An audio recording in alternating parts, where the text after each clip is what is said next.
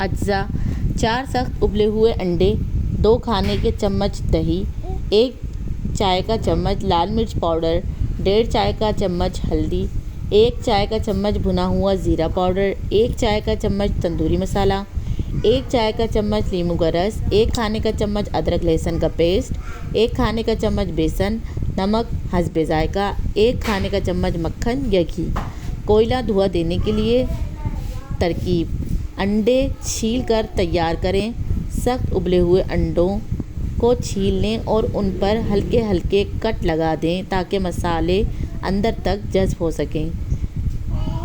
Marination तैयार करें। 1 प्याले में दही, लाल मिर्च पाउडर, हल्दी, ज़ीरा पाउडर, तंदूरी मसाला, नींबू का रस, अदरक लहसुन पेस्ट, बेसन और नमक डालकर अच्छी तरह मिक्स करें। अंडे मैरिनेट करें। अंडों को इस मसाले में डालें और अच्छी तरह लपेट लें।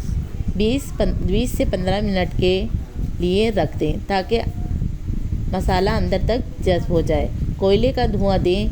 एक छोटे स्टील के प्याले में गरम कोयला रख कर अंडों के दरमियान रखें। इस पर चंद कतरे घी डालें और फौरी ढक दें ताकि धुआं अंदर तक चला जाए।